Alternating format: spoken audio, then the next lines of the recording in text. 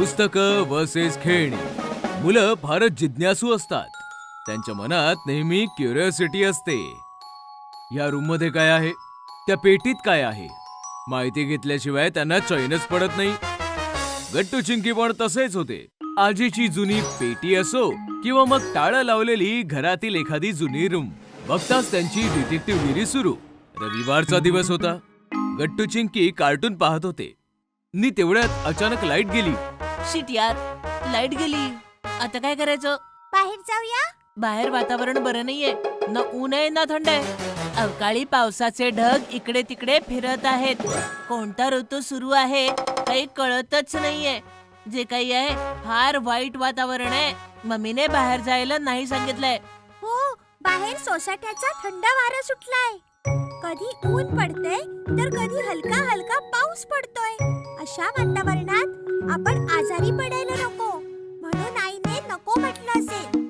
हो ना, पण आता घरात बसल्या बसल्या आपण काय करायचं? चल मम्मी पप्पांच्या खोलीत जाऊया. तिथे आपल्याला टाइमपास करायला खूप काही मिळेल. मम्मी आपल्यापासून लपवून तिच्या कपाटात बरंच काही ठेवते, माहितीये का? मग तर नक्कीच जायला पाहिजे. मग काय, गट्टू चिंकी धावत पळत मम्मी पप्पाच्या रूम मध्ये पोहोचले. तिकडे गेल्यावर त्यांची डिटेक्टिव्हगिरी सुरू झाली. कपाट उघडून बघू लागले, ड्रॉवर उघडून बघू लागले, पण तरीही त्यांच्या हाती काही खास नाही लागलं. तेवढ्यात गट्टूची नजर एका जुन्या कपाटावर गेली. हे बाबांचं कपाट होतं. काही दिवसांपूर्वीच गावातून आणलं होतं. कपाटाचे 2 वेगवेगळे दरवाजे होते आणि दोन्ही दरवाजे बाहेरून लॉक होते. मी मम्मीकडे बऱ्याचदा या कपाटाची चावी मागितली, पण ती म्हणाली की यात पप्पांचं काहीतरी महत्त्वाचं सामान आहे. पप्पांच्या परमिशन शिवाय नाही उघडू शकत. गट्टूने नीट लक्षपूर्वक ते कपाट पाहिलं. खूप जुनं आणि वेगळंच कपाट आहे. 2 वेगवेगळे दरवाजे आणि दोन्ही बाहेरून लॉक. म्हणजे आतमध्ये नक्कीच 2 वेगवेगळे कंपार्टमेंट्स असतील. आज पप्पा पण घरी आहेत. चल आज पाहूनच घेऊया की या कपाटामध्ये असं काय आहे. गट्टू चिंकी धावत पळत पप्पांकडे पोहोचले आणि त्यांनी पप्पांकडनं कपाटाची चावी मागितली. पप्पा द्या ना, आम्हाला बघायचंय की काय आहे त्या कपाटामध्ये. मुलांची ती एक्साइटमेंट पाहताच पप्पा मस्तीच्या मूड मध्ये आले. चावी नक्कीच मिळेल, पण एक अट आहे. ती कोणती? चला कपाटासमोर. पप्पा दोघांनाही कपाटाच्या समोर घेऊन आले. तुम्ही बघितलं, कपाटाला 2 वेगवेगळे दरवाजे आहेत आणि दोन्ही बाहेरून लॉक्ड आहेत. म्हणजे आतमध्ये 2 कंपार्टमेंट्स आहेत आणि दोन्हीमध्ये माझ्या लहानपणीचा खूप मौल्यवान खजिना आहे. खजिना? वाव. हो, तो सगळा खजिना मी तुम्हा दोघांना देऊन टाकेन. पण आधी तुम्हा दोघांनाही दोन्ही कंपार्टमेंट मधून कोणत्याही एका कंपार्टमेंटला निवडायचं आहे. जो ज्या कंपार्टमेंटला निवडेल त्यातील सगळा खजिना त्याचा. पण आत काय आहे हे जाणून घेतल्याशिवाय आम्ही कसं चूज करू? हीच तर माझी पहिली आणि सर्वात शेवटची अट आहे. बिचाऱ्या गट्टू चिंकीचा नाईलाज होता. त्यांना पप्पांची गोष्ट मान्य करावी लागली. मी या दरवाजाच्या समोर उभा राहतो. लेफ्ट साइड माझ्यासाठी लकी आहे. मी त्याच्या समोर उभा राहतो. आता उडला राईट साइडचा दरवाजा, हा माझा. नक्की विचार करा. आता तुम्ही काही बोलू नका, फक्त उघडा.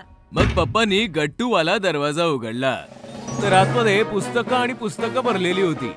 पुस्तकं पाहताच बिचारा गट्टू नाराज झाला.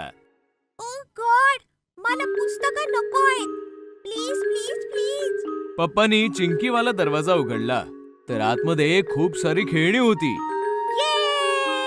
ही पुस्तकं आणि ही खेळणी माझ्या लहानपणीचा खूप मौल्यवान खजिना आहे, ज्याने माझं बालपण खूप समृद्ध केलं.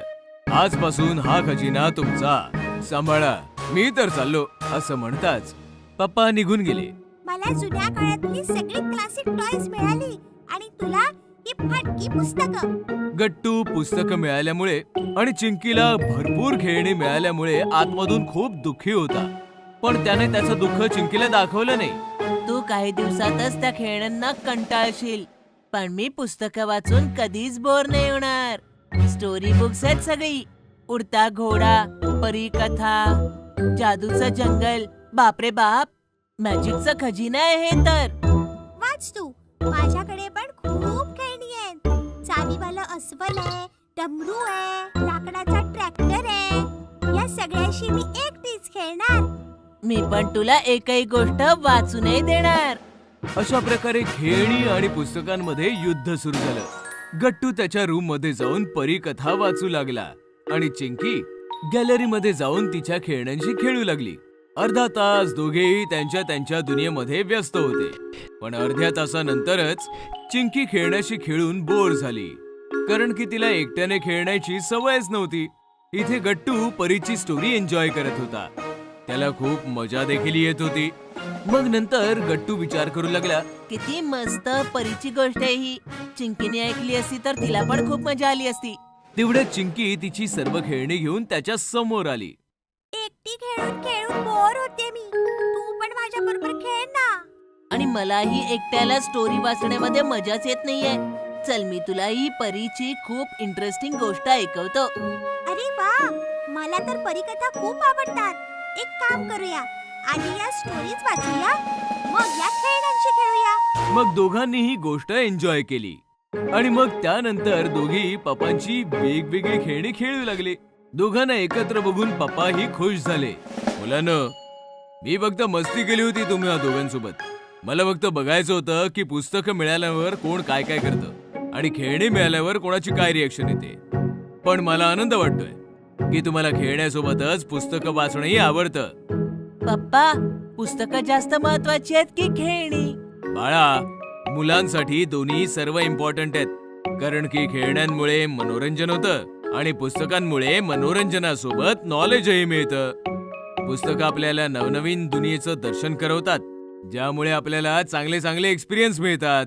म्हणूनच खेळण्यासोबत पुस्तकेही वाचा आणि पुढे वा. हे ऐकताच गट्टू चिंकी खुश झाले आणि त्यांनी त्यांच्या पप्पांना मिठी मारली. लाल रंगाची गाडी. कोणे एकेकाळी एका शहरामध्ये गट्टू नावाचा 6 वर्षाचा मुलगा त्याच्या आई बाबा आणि आजोबांसोबत राहत होता. गट्टूचा एक बंटी नावाचा मित्र होता. त्याचे बाबा खूप श्रीमंत होते. ते नेहमी बंटीला नवनवीन खेळणी आणून द्यायचे. परंतु गट्टूचे आई वडील खूप गरीब होते. त्यांच्याकडे इतके पैसे नव्हते की ते गट्टूला रोज नवनवीन खेळणी घेऊन येऊ शकतील. म्हणून गट्टूच्या जवळ केवळ एकच जुनाट खेळण्यातील गाडी होती. एके दिवशी गट्टू शाळेमधून परत येत होता. तेवढ्यात त्याला त्याच्या घराच्या जवळ एक खूप सुंदर लाल रंगाची खेळण्यातील गाडी पडलेली दिसली. गाडी बघून त्याने विचार केला, अरे, एवढी सुंदर गाडी, ही गाडी कोणाची आहे? तो गाडीजवळ गेला आणि त्याने गाडी उचलली. मग त्याने इकडे तिकडे पाहिले तर त्याला कोणीही दिसले नाही. इथे तर कोणीही नाहीये. ही गाडी मीच का नको ठेवून घेऊ, आणि जेव्हा कोणी ही गाडी शोधत येथे येईल तेव्हा मी त्याला त्याची गाडी परत देऊन टाकीन. असं विचार करून तो गाडीला स्वतःच्या घरी घेऊन आला. आता गट्टू रोज शाळेमधून आल्यावर त्या गाडी सोबत खेळू लागला. हळूहळू गट्टू सुद्धा हे विसरला की ही गाडी त्याची नाहीये. असेच बरेच दिवस निघून गेले आणि एके दिवशी गट्टू त्याच्या घराच्या बाहेर बसला होता. तेव्हा तेथून 2 मुले चिंटू आणि पिंटू जात होते. तुला माहित आहे पिंटू, माझे बाबा माझ्यासाठी एक लाल रंगाची खूप मस्त गाडी घेऊन आले होते, पण माहित नाही ती माझ्याकडून कुठे हरवली.